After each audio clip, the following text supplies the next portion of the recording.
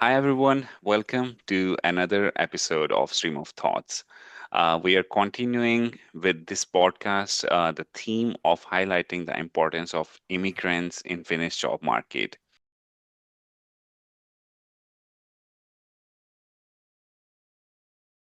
Today, I have invited a very old friend of mine. Let's get to know her firsthand experience of securing a job in Finland. Hi, Laura. Thank you for coming to the podcast.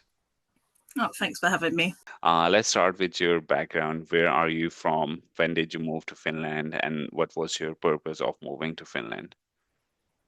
I'm from Britain and I moved to Finland almost 10 years ago, actually, in August 2015. And I had a Finnish partner, and I think I graduated from my bachelor's degree in the UK, and I was thinking about possibly doing a master's, but in the UK, the cost of the master's degree is very high. And then I learned that in Finland you can study a master's degree and not pay the tuition fees because at the time Britain was an EU member state, not anymore. Yeah. And so I moved here to Finland to study my master's degree and get to know the Finnish culture and the language a little bit. And I think originally then my plan was to stay for just during the master's degree and then maybe go back to the UK or somewhere else. Hmm. Okay, interesting. Because at that time, when there was no tuition fee and you decided to come to Finland for doing your master's, but what if the scenario was like these days? Because nowadays there is a tuition fee for master's student. So Mm-hmm. would you have decided to come to Finland if it was this time? Probably not, because it's a very big investment, and I think there's other countries that could offer the possibility to study for. I don't know. I'm not so sure if there's somewhere with no tuition fees. I would say probably one of the Nordic countries, Mm, but uh, at least a lot lower tuition fees. I definitely probably wouldn't have studied in the UK or US because those are crazy prices. But yeah, I don't think I would have necessarily come here because mm, it's quite a big investment to make. mm. Uh, so 10 years, it's a long time of Mm-hmm. giving your time to a country and settling in, integrating in with the culture, securing a job. Let's start with so you moved to Tampere, if I'm right. So you That's did right. your master's from Tampere. How was your student life? Did you integrate well in the Finnish society, or did you find any obstacles in integration? Uh, I think the university was kind of like its own bubble, and so I wouldn't say as such that I had any integration problems. I didn't know the Finnish language, and I was learning. I think that the first Finnish course was obligatory for all international students. I don't think I had any problems in the beginning because the university was like its own bubble in a way. And I mean, yeah, I was studying in English and I did the Finnish course, the first obligatory Finnish course, and then all the other available Finnish courses after that. And I think I was just motivated to be able to communicate with people, or I'm just interested in languages in general. I wasn't thinking long term. I never imagined that I would be working in Finnish. That I kind of assumed that I would be able to work in English. I assumed wrong, and and I don't know, just things. I think Tampere. Now I live in Helsinki, and Tampere was very different. That in Tampere you couldn't really necessarily go to the shops and communicate in English, whereas in Helsinki, on a general level, it works quite well. That if someone wants to do that, for tourists, for example. But I feel, well, if you remember, we were both in the UN Yeah. associate, the United Nations Association, and I think that when I first joined the association, it was mostly native Finns, and it was working in Finnish. And I mean, I'd only been there in Finland a short time. I wasn't able to discuss United Nations matters in Finnish. And I think they were very flexible, and that we kind of had this multilingual environment. I did notice a segregation in the student associations with international students or exchange students and then Finnish students. And I think that more could, I don't know how it is nowadays because this was some years ago, but more could be done to integrate Mm. the international students into all the associations. So, do you think university, because you said university is like a bubble, right? So when we come from different diverse backgrounds, university is the first place of contact, and it's the time where we spend, it's the place where we spend most of our time. Um, when you're are about to finish your degree, does university helps you to switch to the marketplace or switch to the real Finland, the real practical life? Do you think, did you get enough help? And do you think right now, if you didn't get enough help, have things changed now from university side? Do they give enough help to integrate in the job market? No, Okay. is the short answer. Uh, but like I said, I graduated in some time ago in 2019, so I would hope that things have changed since then. So, and I've been in different kind of medias, and people have sometimes asked what needs improving, and I've said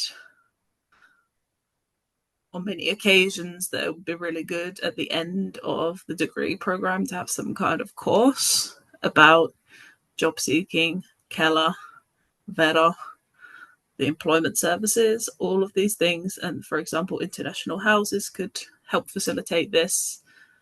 I think it would, and it doesn't necessarily have to be an obligatory course if someone's not sure if they're staying in Finland. But I think this would have helped me because I was completely thrown into the deep end.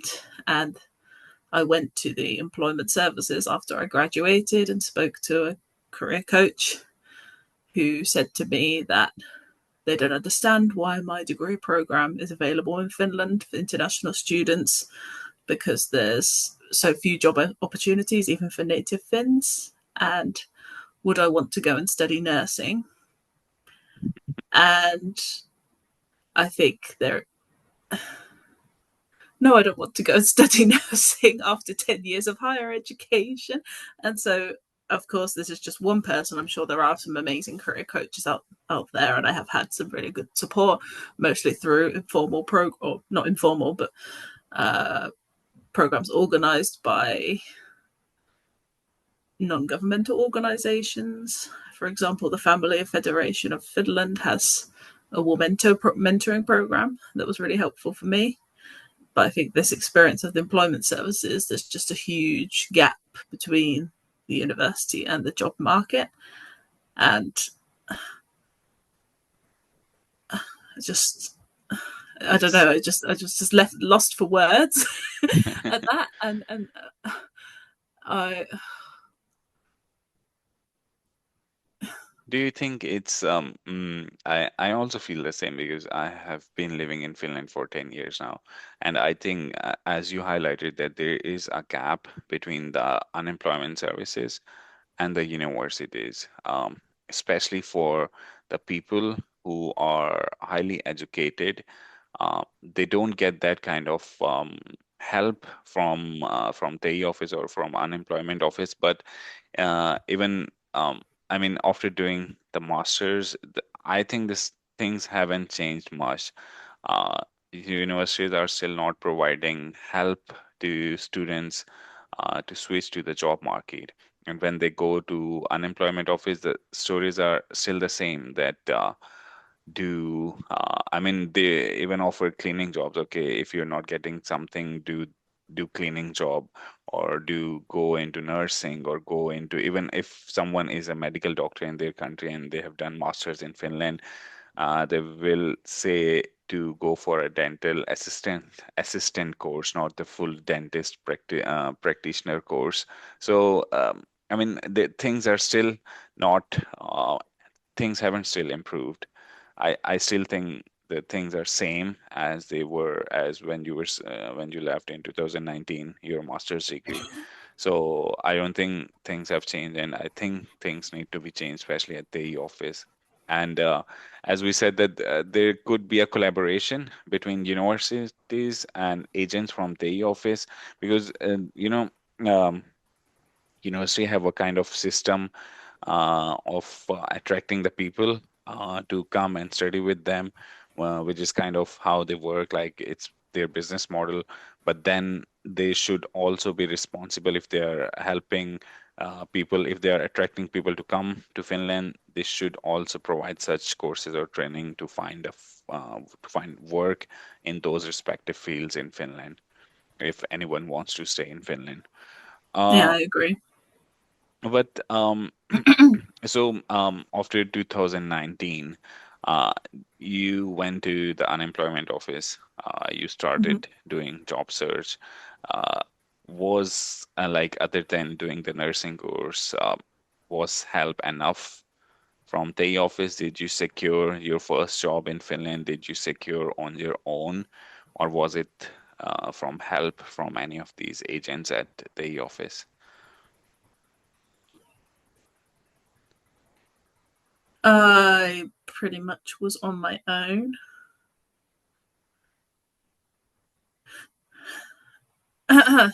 I think it was because so I studied peace mediation and conflict research, and I think that it's such a specific field, and so I'd be interested to work in non-governmental organizations or international organizations, and I think going to the employment office and saying that is maybe sounds a bit overwhelming. Or it depends, very, very much depends on the person you talk to, but I didn't really get much support. And I think also that I didn't always see the same person at the employment office, so having to explain the same background over and over again, it wasn't really a good use of my time. And I mean, my first job was in January 2020, I think, so it took about 6 months, and I was working as a transcriber, so Mm. not really something I was passionate about. But at that point, I think I just had absolutely no idea how difficult it was. And then I realized after some months and hundreds of applications that, okay, this is not going to be easy. And I was just going crazy. And I just wanted to do something. And I thought, okay, I'll start with something and then eventually it might improve. And I think it has improved to me. For me, it's been a very, very slow improvement. And I feel like maybe I've kind of hit the maximum capacity for someone in my situation. I don't think there's any going upwards now, so I've kind of leveled out, and Mm. unfortunately, uh, What was the role of language uh, in securing your first job as a transcriber? Or, I mean, I think in some informal talk you mentioned that you took 17 courses for Finnish language, right? mhm. I mean, what do you recommend other people who are listening? What is the role of language, and does it learning language make things easier for you to get job in Finland? I mean, it depends very much on the field. If I had a time machine, I would go back and study some kind of computer science or something because I'm interested in technology and I know that you can find a job in English in that field in Finland, or at least you're more likely to find a job. But I studied social sciences, and I mean, in the social sciences field, you need to know the language.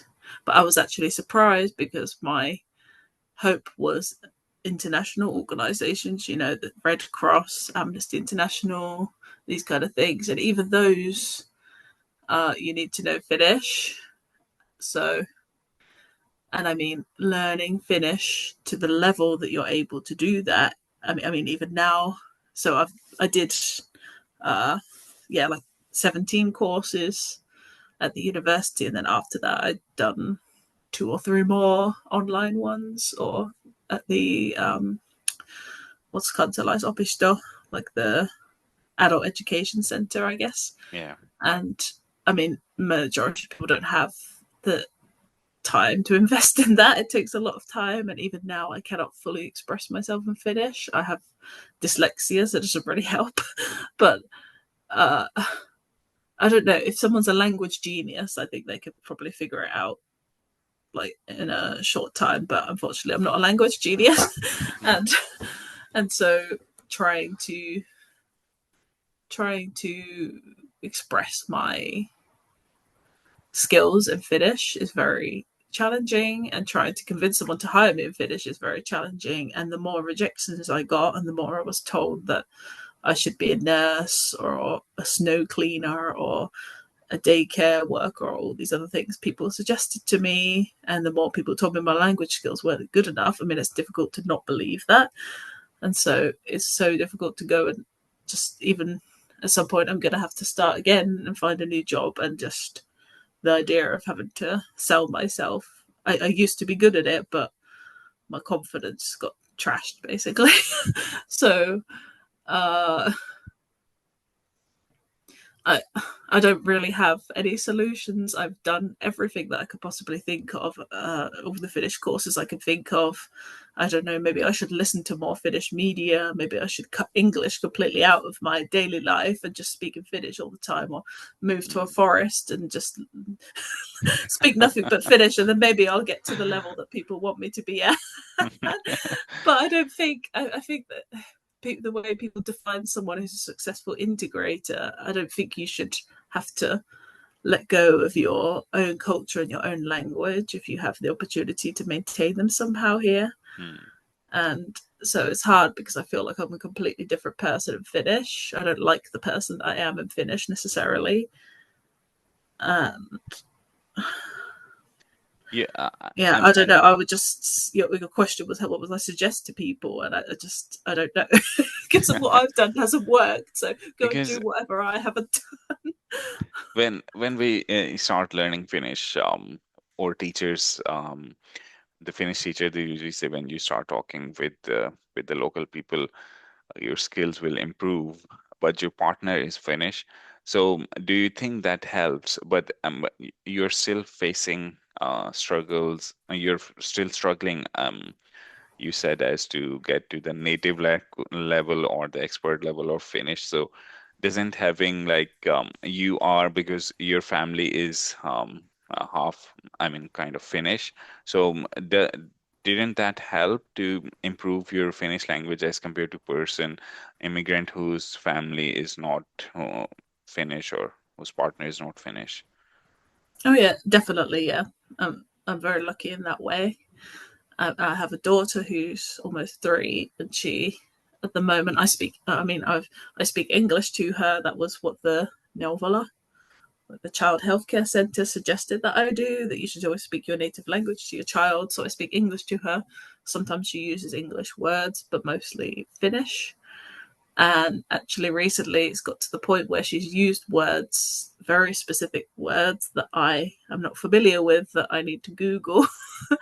And yeah, so I'm learning new words, toddler words, but just very, mostly kind of descriptive words, that synonyms for, I don't know, yeah, not really something I would use in everyday life. But, and also the Finnish kids' books, the way they're written sometimes is very, and the same with English books, it's very descriptive, and I'm used to talking in a very factual way. So, but yeah, I mean, I guess I'm immersed in it because of work and because of my daughter, but Most of the media I consume is in English. Maybe I sometimes listen to Finnish music, but I think I've really tried not to have a negative association with it. But especially, I don't know, because I struggle or have struggled so much with it that I think if I want to clear my mind and relax, then listening to a podcast in Finnish is not really relaxing for me necessarily. I don't know, or listening to Finnish music, but Mm. But uh, even all after all these obstacles and difficulties and not like Finnish, not a very soothing way of working or listening to podcasts in Finnish or those sort of things. But still, you did. I must appreciate you. You did a very nice job in learning Finnish, and the consistency that you had in learning Finnish. Even every person, I accept that every person is not a language person. Some people have this innate ability to to learn languages more quickly, and some people mm, take more time. But the consistency you had is very impressive, and all of us, like when we move to Finland, we say that we just gonna do masters or PhD, and then we're gonna move to some other country, but we end up living like 10 years or so.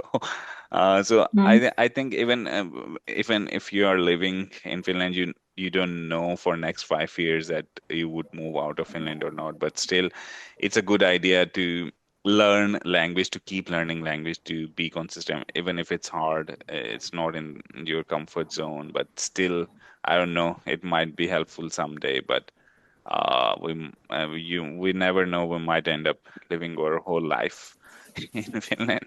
So keep learning. I think language is necessary. But your job is in Finnish as well, right? So right. I mean, how is that possible? I mean, I imagine of it because I'm in my professional life, I have been working only in academia, so language hasn't been that much of a barrier. But when I learn Finnish, I speak Finnish to keskitaso now. But uh, when I think of working in Finnish, it kind of makes me stressed out that oh, all day long I would be in a Finnish environment where I won't be able to communicate very effectively or in the comfort zone, as you said in English. But so how do you, I mean, manage yourself in Finnish work environment, Finnish language all day long? And I mean, how is that experience going? um, not very well. uh, oh, sorry. I don't. Uh, I don't know. You could ask my colleagues. Okay. I don't. But Yeah, like I said, I I don't. mean, okay, let's break it down a bit. So, when when did you think that you are now eligible for applying in Finnish jobs? When did you evaluate yourself, like self-evaluation, that you are good enough for applying to the Finnish jobs? Don't remember ever Hmm. having had that kind of moment where I decided that. Hmm. I have applied in Finnish for as long as I can remember. Uh, uh, I mean, I graduated in 2019 and I'd done all of these language courses, and I did actually the UKI test in the same year and got to the, uh, I guess it was the B1 level. And then in 2020, I did a B2 level course, and I did a C1 course. Was it last a couple of years ago? I don't know if I can claim that I'm C1, but I have it on paper at least. And yes, I've applied for the whole time in Finnish. I mean, I have. If you if you're interested to evaluate, I have an Excel spreadsheet with all of my jobs I've applied for and where they were, like the organization, the job title, the languages required, was it permanent or temporary, and where did I find the job ad. And so it's actually from a statistical perspective quite useful. But yeah, I just thought I'll go for it from the very start, and I had I was very privileged that I had a lot of help with the proofreading of the job applications, and I think now I've got to the point where I'm fairly confident that I can write them without proofreading.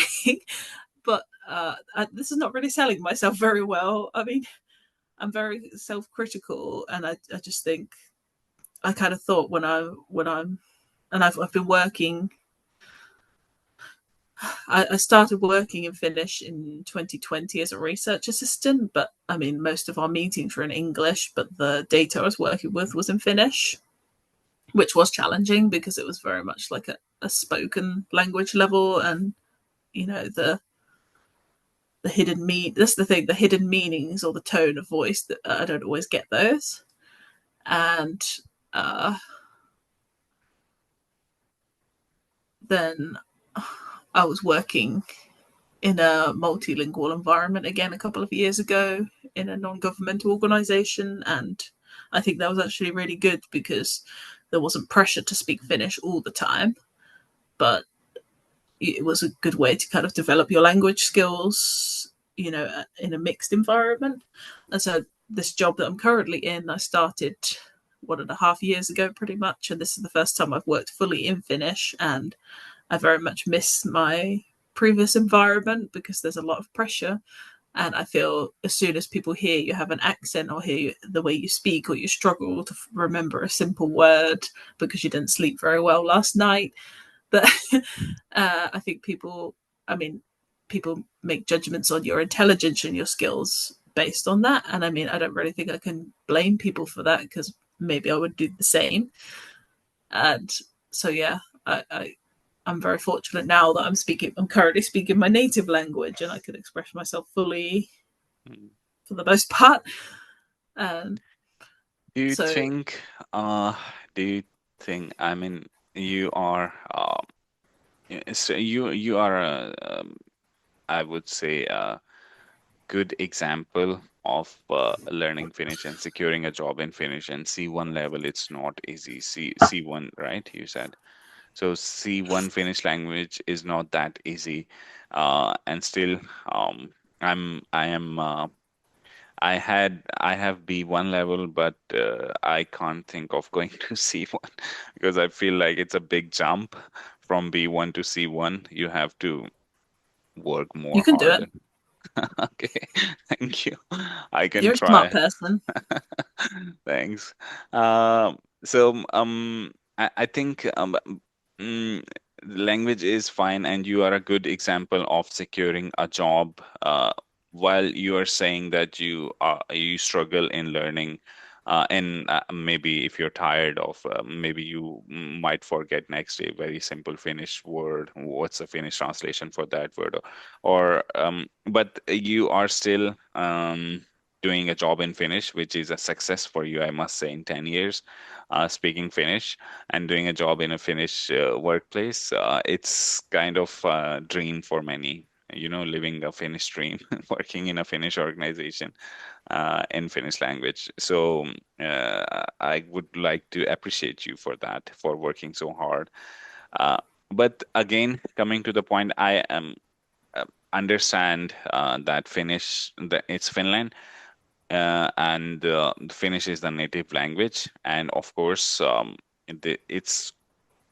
it's uh, the right of the Finnish land to promote Finnish language, to promote things, and to promote Finnish culture, but to promote internationalization along with Finnish language and culture is also important.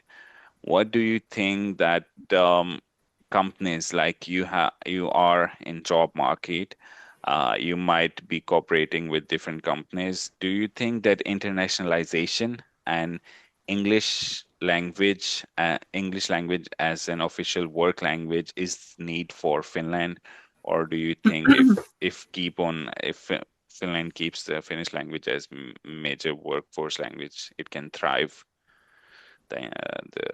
in upcoming years? uh, well, I have my personal opinion, and then I have the opinions that I've heard through work that are kind of have influenced my way of thinking. And I mean, I don't want to be that native English speaker that goes around telling everybody to speak English, because that's very stereotypical and maybe not that realistic, especially if you think some people or many people perceive English to be a language of privilege, and perhaps someone who is highly educated and has come to Finland as a refugee may not know English necessarily. And so by having English as a working language, you are closing those people out from being able to uh, integrate into that work environment. But there's a lot of talk that I hear about international talent and talent attraction. And I mean, realistically speaking, is someone going to come here, and if they're going to work in some kind of high profile job, are they going to have time to learn Finnish alongside that? Are they going to learn Finnish before they come here? How many people are going to do that? They would probably just rather take their knowledge and skills elsewhere. And also that there's a lot of talk about international talent, and I at some point thought that I am international talent. And uh I don't who are these people? Where are they? I don't know them.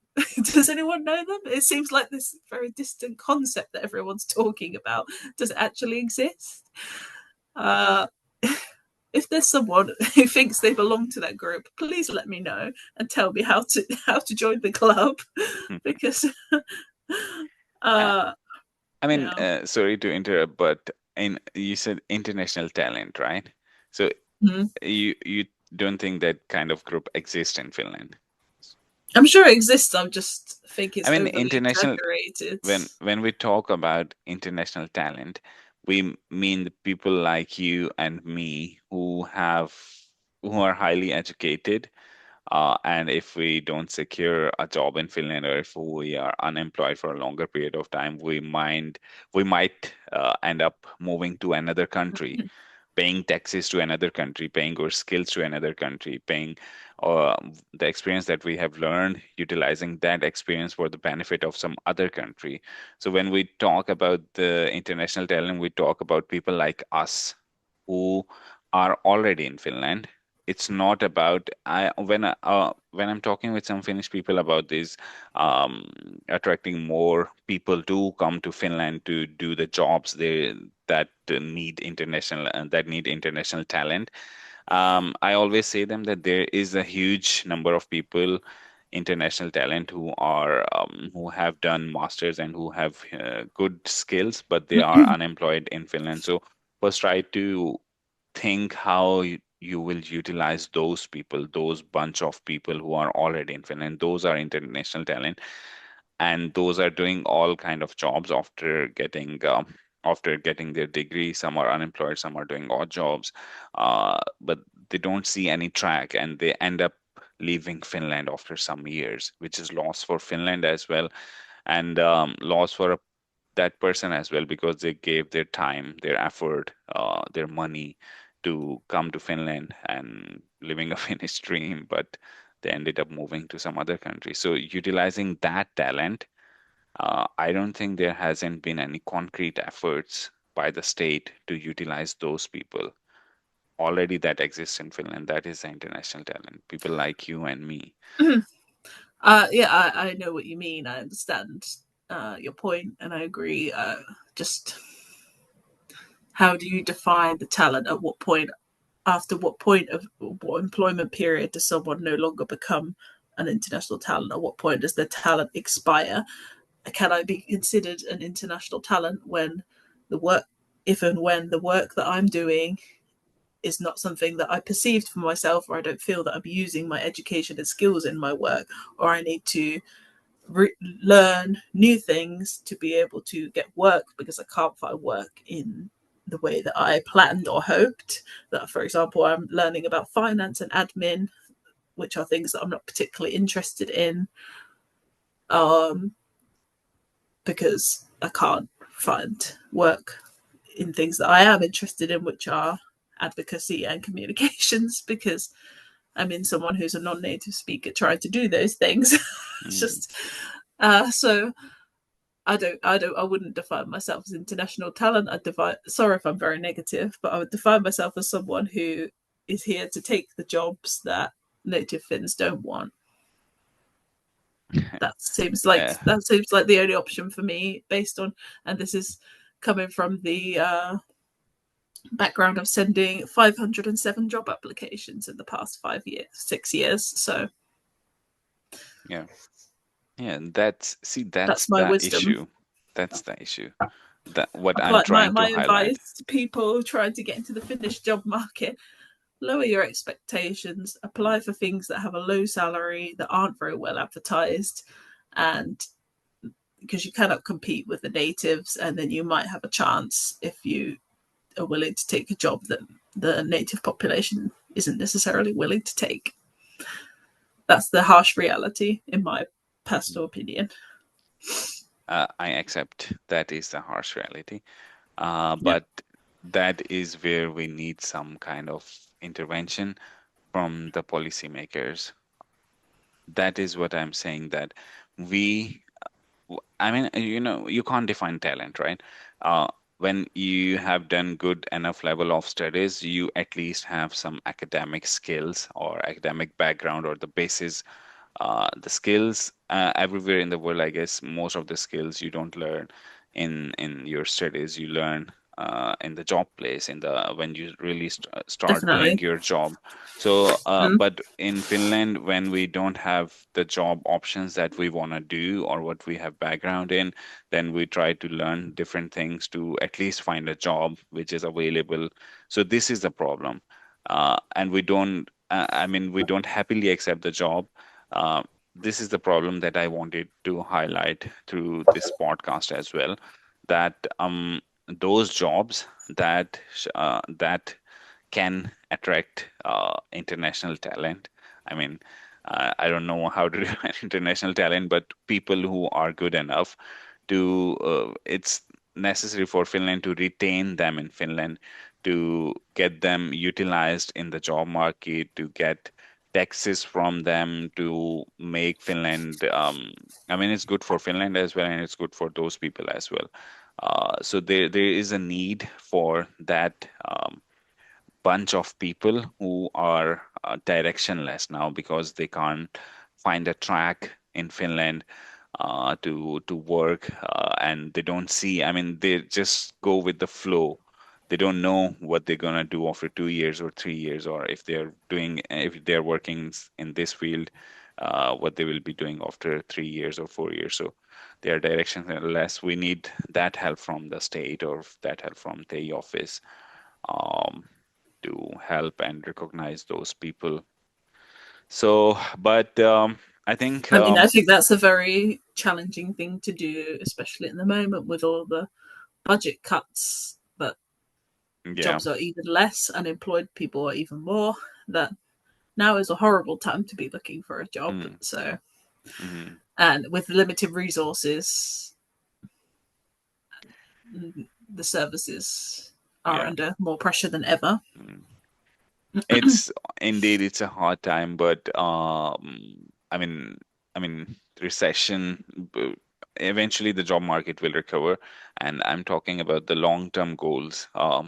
Because as a Finnish society, as a whole, uh, state level things that we need to see somehow. Of course, Finland is a great country, strong people. Every country will survive and will revive through this economy and wars and everything that is going on. But we need to make these policies for next 2 decades or 3 decades that will help uh, us when the Finnish market has revived, or international market, and also coming generations, not in during these years. So a long-term goal, long-term policies. Uh, but hopefully, I agree. I think as well yeah, with the university in attracting international students, I think it's somehow a short term, that they have international visibility and financial gain, but in the long term, what happens to those international students when they graduate? Is it beneficial for Finland that they graduate and leave, or was it be more beneficial that they stay? I mean, this is quite a small country on an international scale, so is it really sustainable that everybody who graduates would stay here? Probably not. So I Yeah. think, and this is actually one thing I wanted to bring up in the question, coming from the question and things that I've coming from the questions that you sent me in advance, and the things that I've discussed before in different places, that maybe this could be reflected more in the study programs that are available and the number of student places. That does it make sense that the degree that I did, I don't know how many study places there were or are anymore. It's not a huge program, but does it really make sense that all these people are coming here to study peace and conflict and then graduating and going to the unemployment office and told to go and study nursing? It just maybe cut the, if the government wants to do budget. I mean, government can't really affect the what the university does, but if you want to cut something, then maybe cut those study places, because it might be they don't make any sense. And you're telling people, or the university is telling people during studies, that you'll graduate and you'll end up being a diplomat or work in an international organization as an expert or any of these kind of jobs, and the reality is very, very far from that, and it hits very hard. Mm, So mm. Indeed. Indeed. That's a very nice point that you said. And of course, Finland is a smaller country compared to on the international scale, and maybe everyone who comes, they can't stay. They, of course. So yeah, Finland, the universities. I think all of the stakeholders need to sit together and see where are the necessary places to make the cuts. For example, those programs that are not um, that doesn't have jobs afterwards, or uh, or at least they should write that it's your own responsibility. If you want to, if you're looking forward to stay in Finland, come on your own responsibility, because Finnish job market doesn't offer jobs in this respective field. So we are just I offering mean, a master's. would they really write that though? I don't think so. I No, think they need to no, market themselves. But I no. think the marketing has changed. I mean, I don't think they actively market in my home country, Britain, because why would they? But I think they're marketing more in, uh, for example, Asia. And I interpret it the way that they encourage people to come here to study. I think maybe more in these kind of programs that have been suggested to me, like nursing, or places where there is actually a need for more labour force, or there's not enough people who want to take those jobs. Like I said, the jobs that the natives don't want to do, that uh, more students are being encouraged to come and study for those jobs, which, I mean, why not, I guess. But I feel, in a way, somehow it's attracting people here. It depends what the person is studying, but attracting someone here and they're maybe having high expectations and then end up working in those fields. It's, yeah, it depends what the person's study goals are. If someone wants to be a nurse, then that's really good. But someone for me who has never considered being a nurse, that doesn't really make any sense. So Yeah. I think it's also one's own responsibility. I mean, like you said in the beginning, that we've ended up staying here for 10 years, and it wasn't maybe necessarily our plan. And I mean, when I moved here, I really didn't know anything about. I didn't even think about finding work here because it wasn't really part of my long term plan. And like I said, studying was like living in a bubble, and so Mm. So what I understand from our conversation is that it's I mean, it's responsibility of the universities and to, I mean, at least say something, or it's equally the students who are going to apply for that master's program, they are also they should also responsibly search the post master's job options in the Finnish market. If But if you don't know Finnish already at that point, how are you able to research your options? by keywords, no. I mean, I don't know. Google can't I mean, translate. for me, because I use a lot of different like Finnish sites that I wouldn't have been able to access, that like, and those have shown me my options, and so I've been able to understand my options, which there aren't very many over the years, and I wouldn't have necessarily been able to understand that 10 years ago or even 8 years ago. So I think it's very difficult to understand the situation until you're actually in the situation yourself.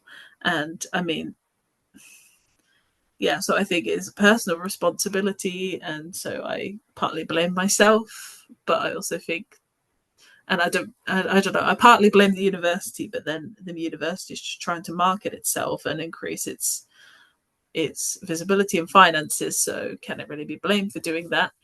And I mean, oh, like you said in the beginning about how the university supported that, they do have, at least Tampere University had career services available to graduates for 2 years after graduation, and I did get a bit of support through that. But most of the support I had is through mentoring programs, which I think is, if someone wants something positive from this, that was the most concrete and useful thing for me. But I mean, yeah. Okay. But I, I just, I don't know, just, I mean, I think it's this just, mm, I think I mean responsibilities lies on the shoulders of everyone because mm-hmm. every stakeholder involved. Stakeholder is also the student. They are also, because it's their future, they should also somehow, I mean, try to get the information. And university, from university side, they should explicitly inform or publicize the position with the future prospects and stakeholders. I think the major stakeholders, the policymakers and the state level, they need to think of the international talent that is already here. I mean, of course, it's a small country, not everyone can stay here, but instead of attracting more people, they should utilize the talent that is already here. They should make, I don't know, maybe a data of people who are living, what are their skills. And I recently heard the news. I don't know if you that the government has they have allocated a budget of some million euros, and they will train some 20,000 people. 20,000 not 20,000, 200 or something PhDs to utilize them into the Finnish job market. Because of their PhD and academia, it's also there was a discussion that it's also hard to get job in the industry side, but that's another I can discussion. imagine. Yeah. Mm. But I think, yeah, thank you very much, Lauren. And I think, I think, could I add one thing, yeah, one sure, more sure. thing? That when you were just talking about the responsibilities and things, and I think you can add as many these training programs. I think they're really important and useful, but I think in my experience as well, you could learn Finnish to a really high level and do mentoring programs or all the things under the sun. But for me, it's really hard to prove it. But just the attitudes of employers, if they look at a job application, and sometimes in some transparent recruitment processes, I've looked at the list of names of applicants for a position, and mine is the only name that kind of doesn't sound how you would define traditionally Finnish. And so an employer could easily just go through the list and be like, that sounds weird, cut it out. And how to tackle those attitudes, or tackle the attitude that someone, it depends on your field, but in my field, integration and international issues, I would expect or assume that, thinking that someone needs to speak perfect Finnish is maybe maybe not necessary in that field. And I mean, I think Finnish is needed, but especially you're working with immigrants themselves, that just how realistic is it, and just challenging the perception of employers. And I mean, I recognize my own privilege that I'm a white European, that statistically my odds are better than someone who's non-white and non-European. And for those, that it's just a whole, it's just insane, it's ridiculously difficult. And just have just that your name, I don't know, it just is hard for me to sometimes even now still understand, because if I compare it to my home country, and I mean my home country has a huge history of immigration, and just imagining like we have such, or Britain, I don't know if I can say we, but Britain has so much diversity. And just, I'm sure it's still, well, I know it still exists based on what my friends have told me in Britain, that just making a judgment of someone's skills and abilities based on their name, it just seems crazy for me. But I Mm, think everyone does it. We all have internal prejudices, whether we want to acknowledge them or not. But I think this is something the university can do, all these different initiatives. The government can do all of these different initiatives. But I also think this employers' attitudes also needs to be challenged. But if the employers don't want to internationalize or are not interested, then how can they be convinced to do so, or do they need to be convinced to do so? mm, mm. Yeah. But I mean, the population of the world and in Finland is going to increase over time, so I think it's Yeah. better to prepare those things in advance, rather like sooner rather than later. And also, one thing I would like to say from this platform, uh, that I mean, we as international people, we are not saying that. I mean, every job should be in Finnish. We are happy and we have learned Finnish, and we are striving to learn, make our language skills better. But the job people, they should at least provide us a relaxing environment, because I've heard the cases in which people go for the job in Finnish. They have learned Finnish to some extent, and they do go for a traineeship, not a paid traineeship or anything, just to get some experience out of the company. And the people reject them by saying that we won't feel comfortable in this person's broken Finnish skills. So they want that other person speaks a very fluent Finnish, just like a native person. So those people sitting in the industries, they should also promote and make a comfortable environment, that if anyone is trying to speak Finnish, um, try to increase their confidence and try to help them to learn Finnish more. But with Yeah, I that, agree. Like you said, the workplace is the best place to learn Finnish and yeah, practice Finnish. It's very difficult to get to a good level outside of that. So definitely, I think the employer can support, or employers can support that. yeah, yeah. And I know some employers who have been doing an amazing work. Some of the employers, they have, you know, the strategy they have used is, they are the jobs that don't need, for example, documentation in Finnish or other things. They are hiring English people, not the English, I mean the people who speak English for that. And for the jobs, for example, HR jobs or the documentation or legal things that can only be in Finnish, they are hiring Finnish people. So they are Yeah, yeah. making, you know, the environment of coexistence for every language. So this is a good strategy as well. But with this note, I think we touched some very good and nice topics, and I hope people who are listening would get some positive things out of it, and people who need to improve the things in the system, they would also try to get something from our experience that could help international people who are living in Finland like us. And at this note, I would also like to say thank you very much, Lauren, for agreeing to come on this podcast. And it was Thanks for the amazing interesting having you. discussion. Thank you so much. And subscribe. And if you like the podcast, please share it with your family and friends.